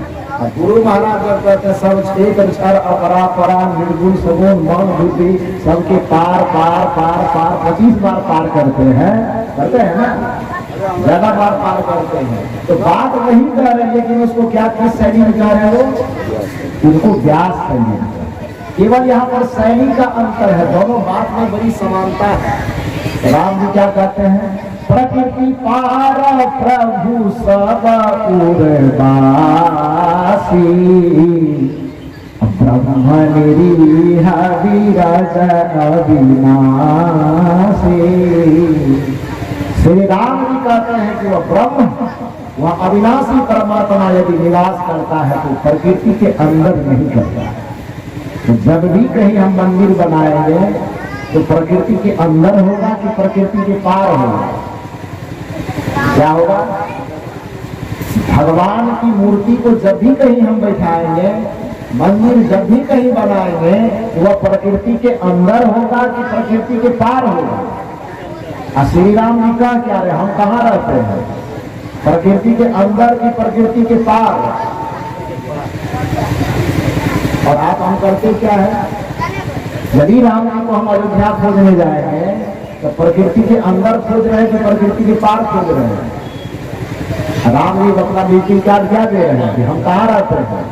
प्रकृति पार प्रभु सब उर्वासी, ब्रह्म निरीह विराज अविनाशी। कि अरे नादान लोगों, प्रकृति के अंदर रहने वाले तीर्थों के अंदर, प्रकृति के अंदर रहने वाले मंदिरों के अंदर जब तक मुझे तुम तलाश करते रहोगे तब तक तुम्हें केवल भटका होगा। और जिस दिन सत्संग में आकर के, सदगुरु के शरण में आकर के ध्यान और साधना की विधि और युक्ति को जान करके मन बुद्धि के पार जाने की कला जिस दिन सीख लोगे, उस दिन प्रकृति के पार भी चले जाओगे और अपने घटवासी परमात्मा का दीदार भी हो जाएगा। बस यही परमात्मा के दर्शन का यह लक्ष्य है, सूत्र है। प्रकृति पार प्रभु सब ब्रह्म निरीह विरल अली। सबसे पूछ लिया तो कबीर साहब भी बगल में खड़ा था। कबीर साहब से पूछा गया कि आप भी कुछ कहना चाहते हैं? तब बात रे बात बताते बताते तो हम लोगों से खूब गाली सुनते। बात यही बता रहे हैं जो शंकर जी बता रहे हैं, बात हम वही बता रहे हैं जो श्री राम बता रहे हैं, बात हम वही बता रहे हैं जो श्री कृष्ण बता रहे हैं। लेकिन उन बातों को बताने के चक्कर में हम दुनिया वालों से खूब गाली सुने। क्या बताया? कबीर साहब ने कहा कि जिस कबीर साहब का एक पद है, पानी में नींद पियासी मोहि सुनी सुनी आवत हासी, आत्म ज्ञान बिना मर भटके कोई मथुरा कोई काशी। इसी पद में एक कड़ी आती है, जाको ध्यान धरे विधि हरिहर मुनि जन सहस 88 रे। जिस परमात्मा का, जिस ईश्वर का ध्यान ब्रह्मा जी भी करते हैं। आप देखेंगे कि ब्रह्मा जी के हाथ में माला रहता है, एक हाथ में कमंडल। ब्रह्मा जी का फोटो देखेंगे नहीं देखे? ब्रह्मा जी के एक हाथ में वेद है, एक हाथ से आशीर्वाद देते हैं, एक हाथ में कमंडल है, एक हाथ में माला। तो देखेंगे नहीं देखेंगे? हम जो बोल रहे हैं अपने मन से नहीं बोल रहे हैं। ब्रह्मा जी का जब भी कहीं चित्र देखिएगा, ब्रह्मा जी के 3 मुंह, 4 है, एक तो पीछे में छिपा हुआ है, दिखाई नहीं देता। तो उसके बाद जो 4 हाथ उनके हैं, तो चारों हाथ में, एक हाथ में वेद का पुस्तक है ना, वेद ग्रंथ। दूसरे हाथ में क्या है? दूसरे हाथ में कमंडल है, एक हाथ में माला है और एक हाथ आशीर्वाद की मुद्रा है। तो चारों हाथ। तो जब ब्रह्मा जी इस संसार के सबसे बड़े देव हैं, तो फिर वो माला किसका जप रहे हैं? माला किसका जपा जाता है? अपने से नीचे का कि अपने से ऊपर का? माला किसका जपा जाता है? जो अपने से ऊपर होते हैं उनके नाम का माला जपा जाता है। जो अपने से ऊपर होते हैं, अपने से श्रेष्ठ होते हैं। जनरेटर बंद करने का लाइट बोलिए सदगुरुदेव की। जब भी कोई व्यक्ति ध्यान की मुद्रा में बैठता है, ध्यान लगाता है, तो ध्यान किसका लगाया जाता है? अपने से छोटे का कि अपने से बड़े का? तो बोलिए जोर से, इतना तो पता है। ध्यान जब भी कोई लगाता है तो जब अपने से बड़े का कोई ध्यान लगाता है। भगवान शंकर का जहां कहीं भी चित्र देखिए आप, फोटो चित्र मतलब फोटो, तो जब भी कहीं चित्र देखते हैं तो भगवान शंकर आंख बंद करके बैठे रहते हैं कि आंख खोल कर बैठे। इसका मतलब वो ध्यान कर रहे हैं ना। इनका ध्यान कर रहे हैं। भगवान शंकर से जो बड़े होंगे, जो श्रेष्ठ होंगे, उनका ध्यान करते होंगे। विष्णु जी का चित्र आप देखिए तो विष्णु जी का भी चित्र हमेशा आधा आंख खुला आधा बंद रहता है। वो ही ध्यान की मुद्रा में रहते हैं।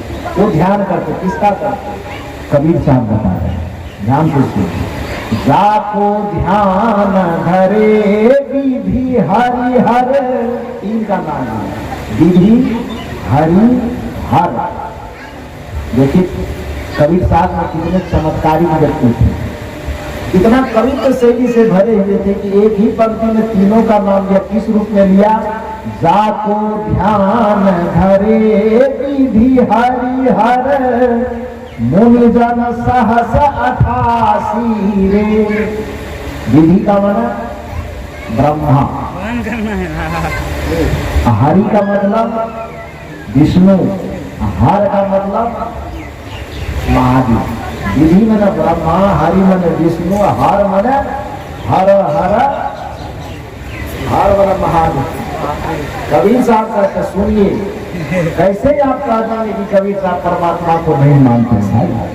कैसे आप नकार देंगे कि कबीर साहब कहते ईश्वर होता ही नहीं? कैसे कहते हैं आप?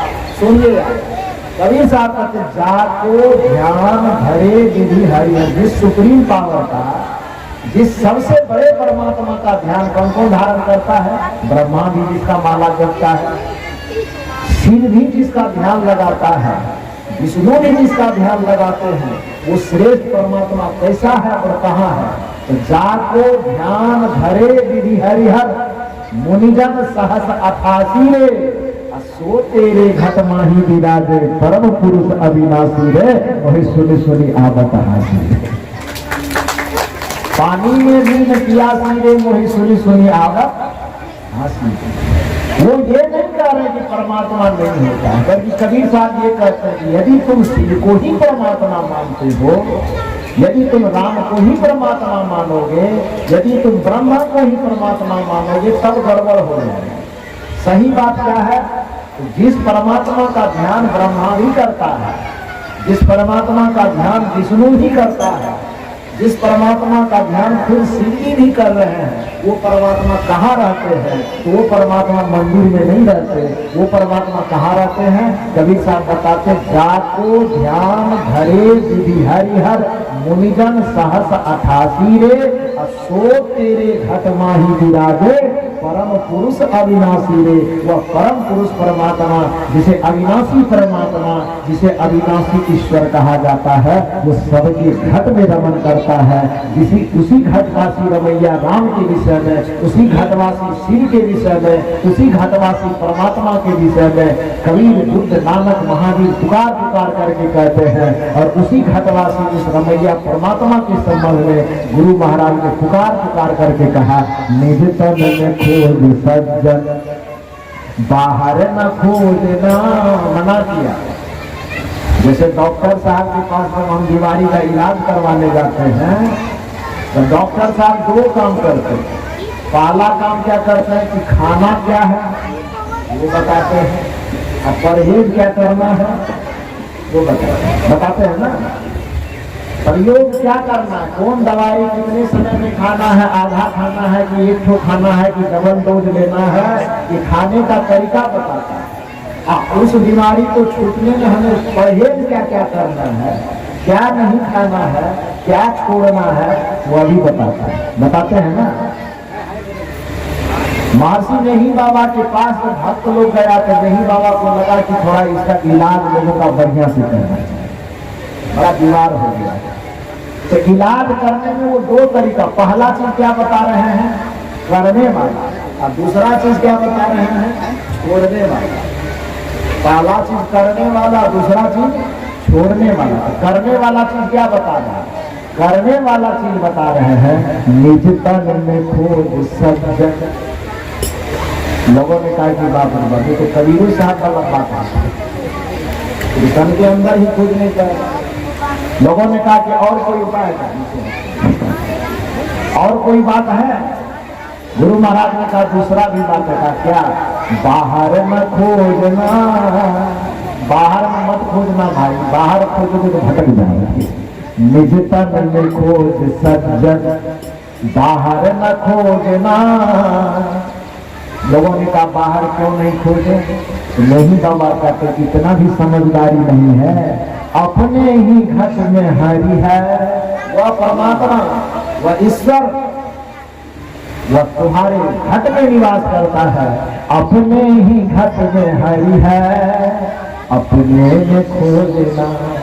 वह परमात्मा जो ईश्वर का बनाया हुआ मंदिर है, वह हृदय का मंदिर है।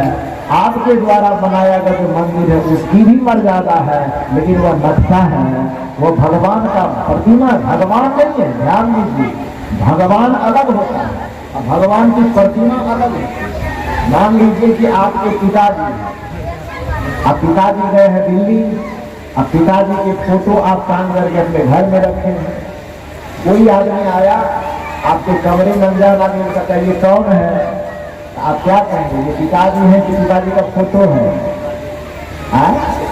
तो पिताजी कैसे है? पिताजी है, पिताजी तो दिल्ली में है, कहीं गया है किसी काम से घूमने के लिए, घर में नहीं है। दीवार पर जो टंगा हुआ हो, दीवार पर टंगा हुआ वो पिताजी नहीं है, तब वो क्या है?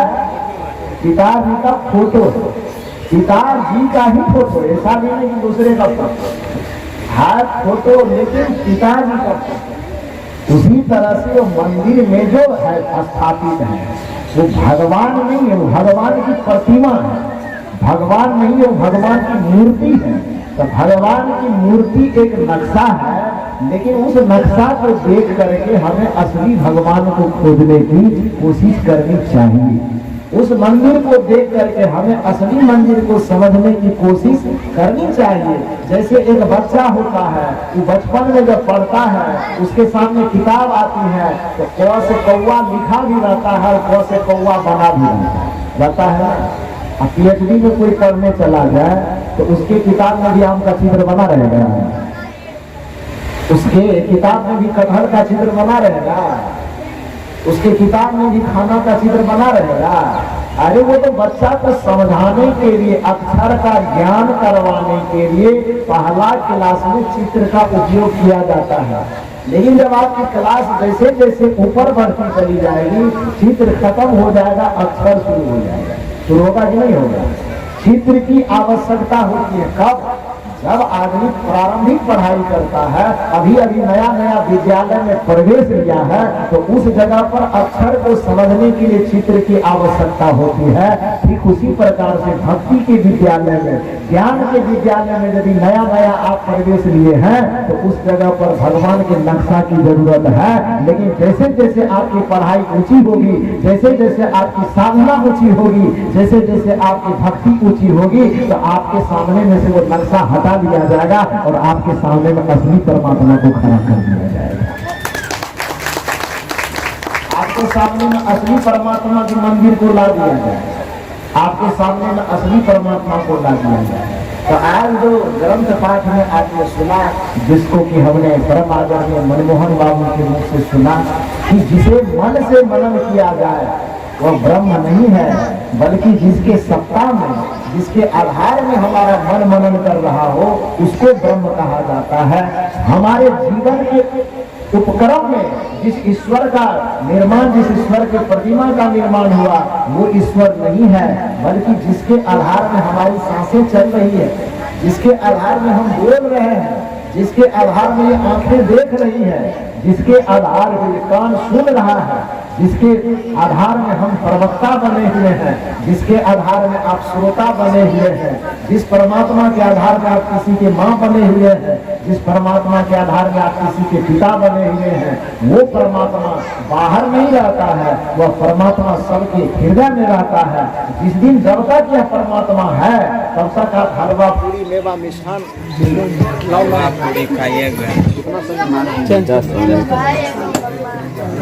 गुरु भजन भी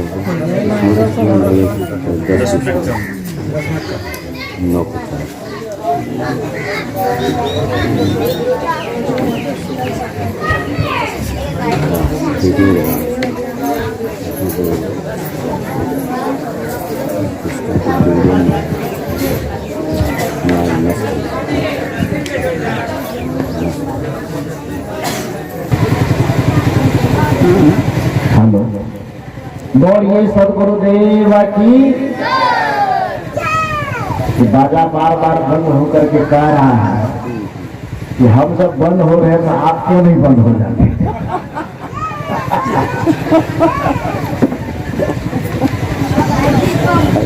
तो इसीलिए अब बाजा को भी ज्यादा कष्ट नहीं देंगे।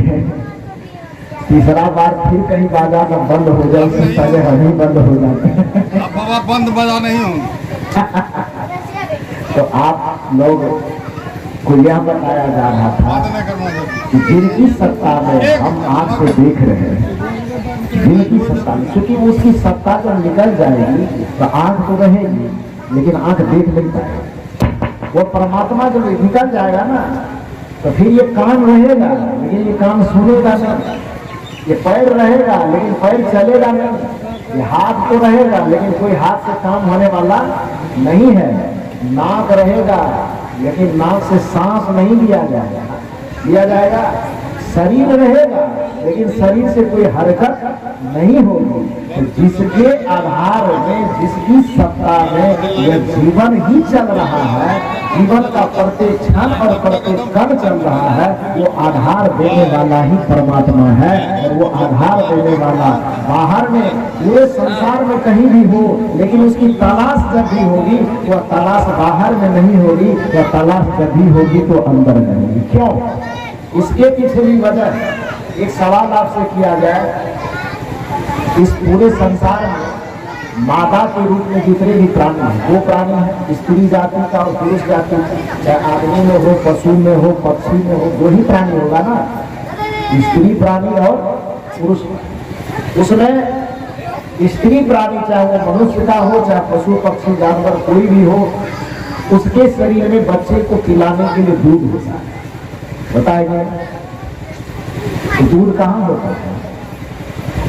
एक गाय का ही उदाहरण लीजिए, एक गौ माता के शरीर में दूध बनने की फैक्ट्री कहाँ है?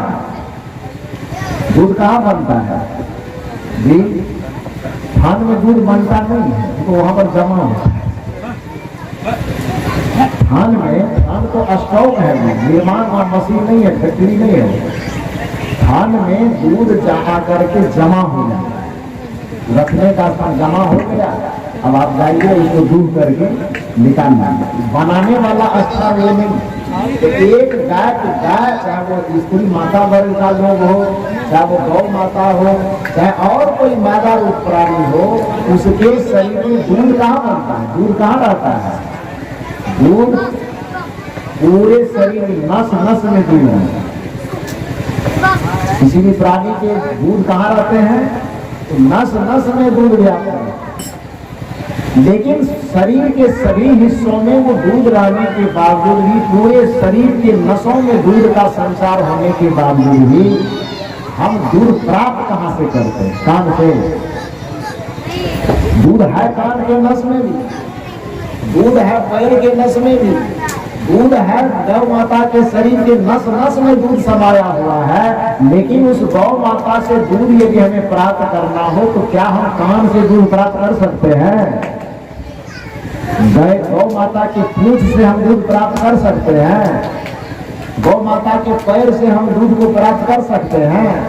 हाथ पैर के नसों में भी दूध है, कान के नसों में भी, आंख के नसों में भी, पूरे शरीर में जितनी नस नारियां दौड़ी हुई है, उन सभी नस नारियों में दूध का प्रवाह हो रहा है। किंतु दूध है तो गौ माता के पूरे शरीर में व्याप्त, लेकिन दूध को यदि हमें प्राप्त करना हो तो पूरे शरीर में किसी दूसरे हिस्से से हमें प्राप्त नहीं हो सकता है सब जगह है। लेकिन पाना हो तो हमें गाय के स्तन के पास ही जाना होगा, थन के पास जाने पर ही हमें दूध की प्राप्ति हो सकेगी। उसी तरह से ईश्वर और परमात्मा है तो पूरे शरीर में व्याप्त है तो पूरे ब्रह्मांड में व्याप्त है, लेकिन जब भी उसको प्राप्त किया जाएगा उसको हृदय के मंदिर में ही प्राप्त किया जा सकेगा।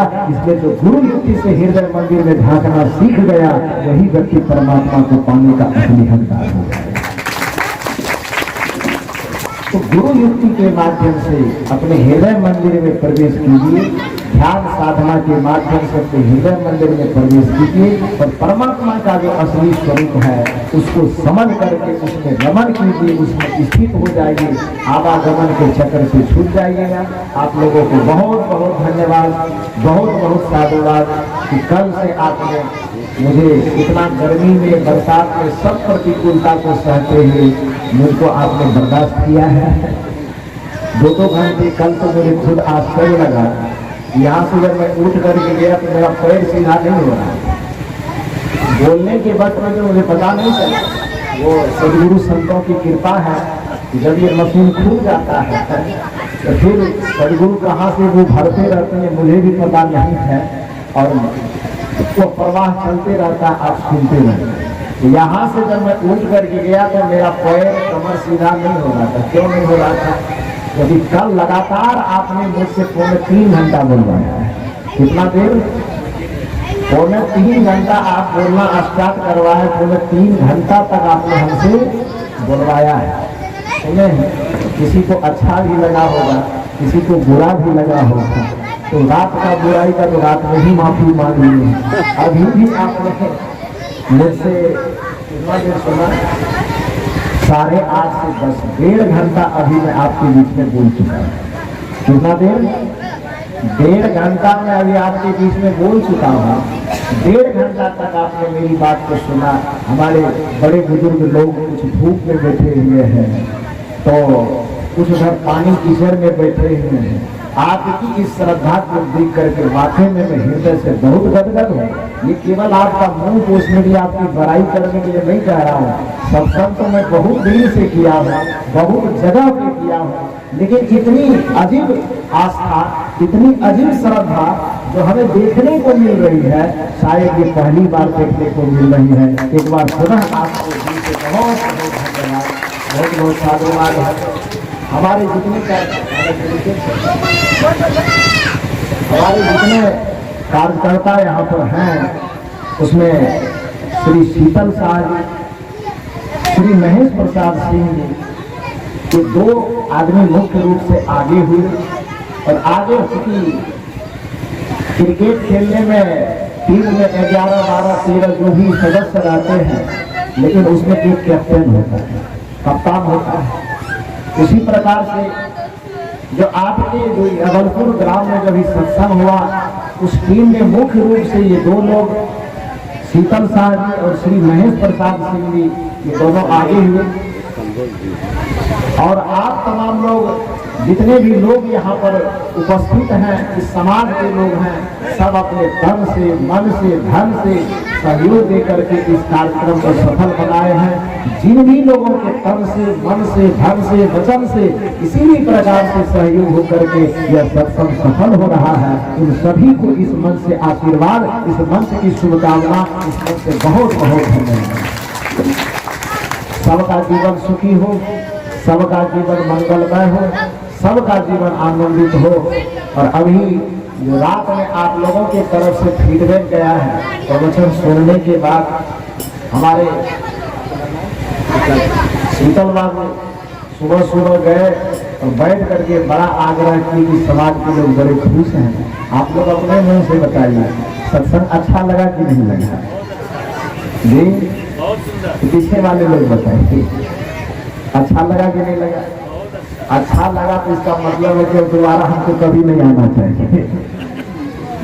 यही मतलब है कि अब दोबारा कभी हमको अदलपुर नहीं आना है। आना है, आना है। अच्छा ठीक है। हमारे शीतल बाबू ने यही आग्रह किया कि बरसात के सीजन में कार्यक्रम दिए, और मुझे भी इस बात का आश्चर्य लग रहा है, क्योंकि 8 महीना तक हमें कभी फुर्सत नहीं होती। लगातार 8 महीना तक कार्यक्रम, दिन रात कार्यक्रम करते हैं, और 2 महीना सावन और भादव बरसात का जो महीना होता है, इसमें हम कहीं कार्यक्रम देते नहीं। कि कार्यक्रम लेने वाले को भी आश्चर्य लग रहा है और देने वाले को भी आश्चर्य लग रहा है कि कार्यक्रम दिया कैसे। तो इस समय में कार्यक्रम लगभग नहीं दिया जाता, फिर भी कार्यक्रम आप लोगों को दिया गया। लेकिन इस कार्यक्रम से हमारे आयोजक लोग व्यवस्था से संतुष्ट नहीं है। आयोजकों ने कहा कि बरसात का सीजन था, जैसे व्यवस्था हमें करना चाहिए वैसा हम कर नहीं पाए, तो इन लोगों की मर्जी है। ये हम लोगों के पास अभी गए थे सुबह में, हाथ जोड़ करके निवेदन इन कार्यकर्ताओं ने किया कि एक बार इस अगलपुर ग्राम में कार्तिक महीने में, नवंबर के आसपास में एक बार कार्यक्रम दिया जाए। आप लोगों का क्या विचार है? नवंबर के महीने में फिर आपके पास में आऊं कि ना? अरे आएंगे तो ज्यादा नहीं खाते हैं, हम कम ही खाते हैं, चिंता मत। तो नवंबर महीने में आए तो हम जो आएंगे उसमें आप देखिए कि टेंट लगता है, बाजा लगता है, जनरेटर लगता है, लगता ही नहीं लगता है। तो उसमें जब भी कोई समाज से खड़े हो जाएंगे कार्यक्रम करने के लिए, तो मैं आप लोगों से पूछना चाहता, आप लोग सहयोग कीजिएगा कि नहीं कीजिएगा? करेंगे? सब लोग सहयोग करेंगे। तो दोबारा फिर नवंबर महीने, कार्तिक महीने के आसपास मैं लौट करके आपके बीच आ रहा हूँ। तब तक आप इसी तरह से हंसते रहिए, मुस्कुराते रहिए, सबके जीवन में सुख हो, आनंद की बरसात हो। और निवेदन यह है कि कबीर साहब के प्रति या निर्गुण परंपरा में चलने वाले संतों के प्रति जो आप लोगों के मन में पहले से कहीं कोई थोड़ा बहुत कूड़ा कचरा यदि होगा भी, तो आज से इसको निकाल करके आप लोग फेंक दीजिएगा। यदि आपके मन में किसी ने यदि बैठाया भी होगा कि कबीर साहब नास्तिक आदमी है, कबीर साहब भगवान नहीं मानता है, कबीर साहब ईश्वर नहीं मानता है, परमात्मा नहीं मानता है, तो आज के प्रवचन से क्या लगा आपको? कबीर साहब परमात्मा मानते हैं कि नहीं मानते हैं? कबीर साहब देवी देवता मानते हैं कि नहीं मानते हैं? मानते हैं। कबीर साहब तीरथ भी मानते हैं, व्रत भी मानते हैं, पूजा भी मानते, पाठ भी मानते, ईश्वर भी मानते, परमात्मा भी मानते, देवी देवता सब मानते हैं। लेकिन देवी देवता ईश्वर परमात्मा तीरथ व्रत के नाम पर जो पाखंड फैला हुआ है, उस पाखंड को वो नहीं मानते, आडंबर को नहीं मानते। तो आप लोगों को बहुत बहुत धन्यवाद, बहुत बहुत साधुवाद कि आपने मेरे विचारों को इतने आदर के साथ सुना। आप लोगों के पास से जाने का मन तो नहीं कर रहा है, लेकिन मजबूरी है, जाना तो पड़ेगा। शरीर से भले चले जाएंगे, लेकिन आप लोगों की इस निष्ठा को देख करके मन और आत्मा से सदैव आप लोगों के पास रहेंगे, सदैव आप लोगों के हृदय से जुड़ करके रहेंगे। आप लोगों को बहुत बहुत साधुवाद धन्यवाद देते हुए मैं अपनी वाणी को यहीं पर विराम देता हूँ। बोलिए सदगुरुदेव की, बोलिए फिर श्री सदगुरुदेव की, श्री सदगुरुदेव की, श्री सदगुरु महाराज की। अब मैं, हमारे माननीय श्री शीतल जी हैं, संपूर्ण गांव विशिष्ट जनों के शवों की तरफ से, ग्रामीण की तरफ से ये दो शब्द धन्यवाद ज्ञापन करेंगे। बाद में हमारे वरुण बाबू विदाई गान करेंगे। उसके बाद गुरु भजन होगा और गुरु भजन के बाद की आरती के बाद में आप लोगों का जो भी कुछ प्रसादिक रूप में व्यवस्था किया हुआ गया है, तो आप लोग भी कुछ थोड़ा सा प्रसादी पाकर आप लोग जाइए। हमारे माननीय श्री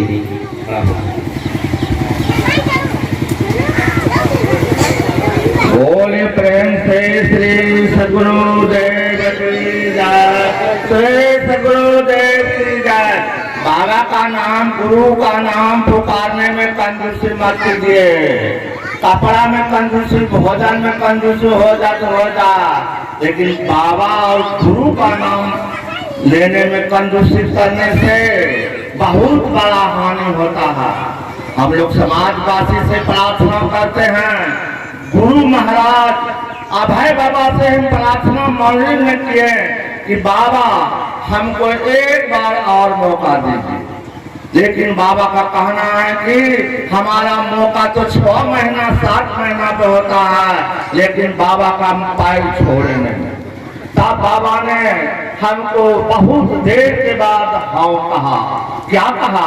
हमने कहा तो हमके लिए दीपावली की आस-पास टाइम निर्धारित नहीं, लेकिन अदलपुर समाजवासियों से हम प्रार्थना होता है कि हमको धन और तन से हमको सहयोग कीजिए। मैं कंधा पर पाला जरूर उठा लेंगे, लेकिन केवल आप लोग पूरा राशि से हमको सहयोग कीजिए। जो भी हमको शारीरिक कष्ट होगा मैं सहने के लिए तैयार हूँ, लेकिन थोड़ा ये राशि धन का हमको सहयोग करना होगा। थोड़ा कम धन राशि से हम जूझ नहीं पाते हैं, लेकिन यहाँ के सहयोग समाजवासी ने कहा कि नहीं, इसी बाबा को लाना होगा। तो महेश सिंह का पाया हिलने लगा, ऐसा पाया हिलने लगा कि हमको रात में कहा कि शीतल भाई हमारा तो आगे तक नहीं बचेगा। लेकिन ऐसे ऐसे समाज में जाके हम पांव पकड़े, ऐसे ऐसे आदमी का वो हम लोगों को करीब करीब धन दे के और ये आयोजन को सुलभ हुआ। इसलिए आगे ऐसा हम लोगों को नहीं हुआ। सबने हम लोगों को कड़ा धन दीजिए और वह धन का राशि इस मंदिर में हम आके हिसाब देंगे। वह धन का राशि मैं अपने किसी भी परिवार और मकान जन्म में नहीं रखेंगे और इसी रख भी लेंगे तो उस जन्म में भी नहीं पकड़ाएंगे। सो बात नहीं है, उस जन्म में पकड़ाएंगे। श्री सद्गुरु महाराज से हम यही प्रार्थना करते हैं कि हम लोग गांव का यही दीपावली के अवसर पर हम आपका निवेदन करते हैं गुरु महाराज से। और मैं अदलपुर से ही चंदा लेके चलेंगे, अदर गांव नहीं जाएंगे, इसलिए हमारी यहाँ पर मनोकामना पूरा हो जाएगा। श्री सद्गुरु महाराज।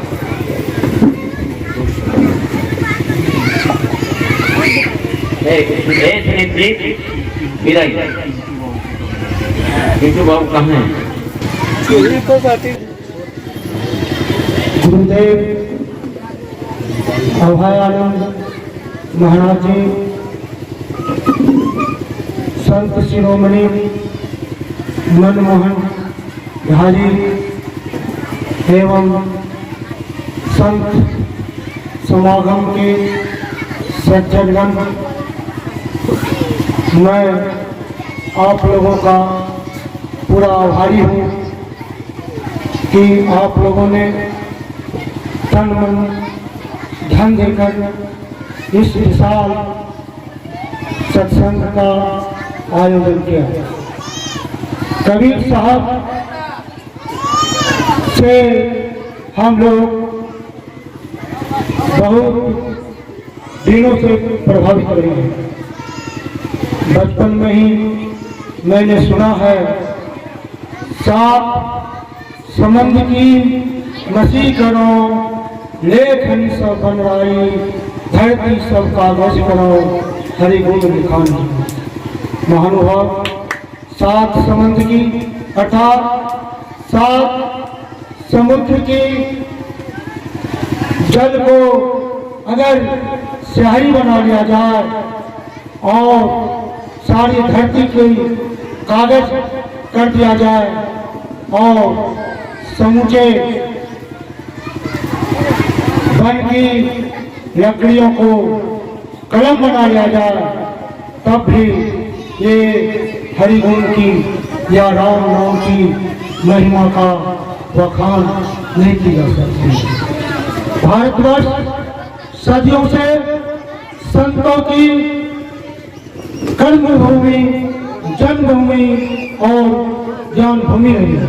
इस धरती पर न जाने कितने संत हुए हैं जिन्होंने ये संप्रदायवाद, जातिवाद, धर्मवाद के विरुद्ध लड़ करके मानवतावाद की रक्षा की। आप लोगों ने स्वामी विवेकानंद का नाम सुना होगा। शिकागो सम्मेलन सारे दुनिया में मशहूर है और ये महिमा, ये राम नाम, ये संत समागम की ये धरती आप लोगों की भीगी है, जो यहाँ सज्जन वृंद अभयानंद बाबा जी का बहुत शुक्रगुजार है कि हम लोगों ने ये गुरुमुख से अमृत पान का रसास्वादन किया। कबीर ने कहा है,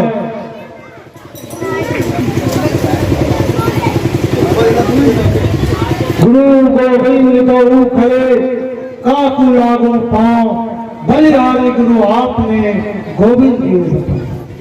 गुरु की महिमा ईश्वर की महिमा से भी अपार है, क्योंकि गुरु उनकी लाइट है, उनकी प्रकाश है। उनके प्रकाश से ही हम जीवन के प्रकाश को उद्धृत करते हैं, उस प्रकाश को हम देखते हैं। तो बंधुओं, भाइयों और बहनों, वक्त बहुत हो चुका है। मैं कहने के लिए तो बहुत कुछ कह सकता था, लेकिन अब नहीं कहूँगा। सभी ग्रामीण बंधुओं का गुरु के असीम स्नेह का, गुरु के प्रति असीम भक्ति भाव रखते हुए, अपार श्रद्धा रखते हुए मैं विनम्र प्रार्थना करता हूँ कि गुरुवर अभयानंद बाबा इस गांव में पुनः दिवाली की रात में पधारे और हम लोग उनके मुखारबंद से अमृत पान का रसास्वादन स्वादन करें। सतगुरु महाराज की, सतगुरु महाराज की, सतगुरु महाराज की। हमारे लखनलाल जी भी 2 मिनट समय दें तो वह जल के समाप्त हो जाता है और फूल में अगर हम ध्यान लगाते हैं तो वही आपके गले का हार बन जाता है। तो ये चीज, ये सकारात्मक चीज, ये चीज सभी को मानना चाहिए कि विचार के दृष्टिकोण से हम किस ओर जाएं। हमारे पूज्य बाबा कल जो है वह विचार कर ही लोगों का हृदय परिवर्तन करने का प्रयास किए और प्रभावित धारा को अमृत वाणी में बदल कर लोगों के शरीर में, लोगों के मन में वह छाप छोड़ दिए हैं। तो इस तरह की बात है और हमारे इस विषम परिस्थिति में हम लोग ये जो है कार्यक्रम करवा रहे थे, पहले इसका प्रोग्राम था, लेकिन अचानक जो है मानसून आने के कारण वर्षा हो गई। वर्षा के कारण जो है 8-10 दिन रुक गया था और उस पर भी लोगों का, हमारे ग्रामीणों का धैर्य नहीं खोया और जितने भी कार्यकर्ता हैं उनका धैर्य अड़िग नहीं हुआ। और आज ये सफलता की सीढ़ी, ये ग्रामीण जनता और हमारे सहयोगी जितने भी आगंतुक सज्जन वृंद है उन लोगों ने ये सफलता की सीढ़ी पाई। तो मैं इन सबों को, ग्रामवासियों को, हमारे बाबा जितने भी आए हुए हैं सभी को हार्दिक अभिनंदन करता हूँ। जय हिंद। अवंती में हमारे माननीय श्री संजीव जी आप आए।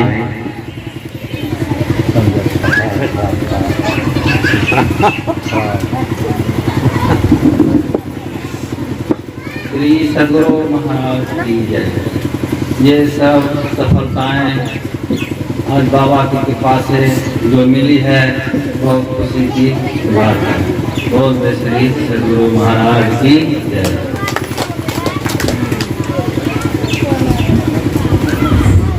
अंत में अब हम लोग गुरु भजन की ओर जाएं और जो मिलकर सबों मिलकर के जो कुछ इंडियन हॉर्लिक्स कॉर्नर है, अगर मिलकर जब पीते हैं तो उसका आनंद अलग होता है। इसलिए कर हम लोग पूरे भाव के साथ, समर्पण भाव के साथ करें जो वह आपके पास में रहेगा। इसलिए अवंती में सदगुरु का भजन और आज रविवार का भी दिन भी है। भजमन शत गुरु शत गुरु शत गुरु जी, भजमन शत शत गुरु शत गुरु जी, भजमन जीवे चेता वैन है जी, सावन है सौवान, भव में तारण सतगुरु जी, भजमन भव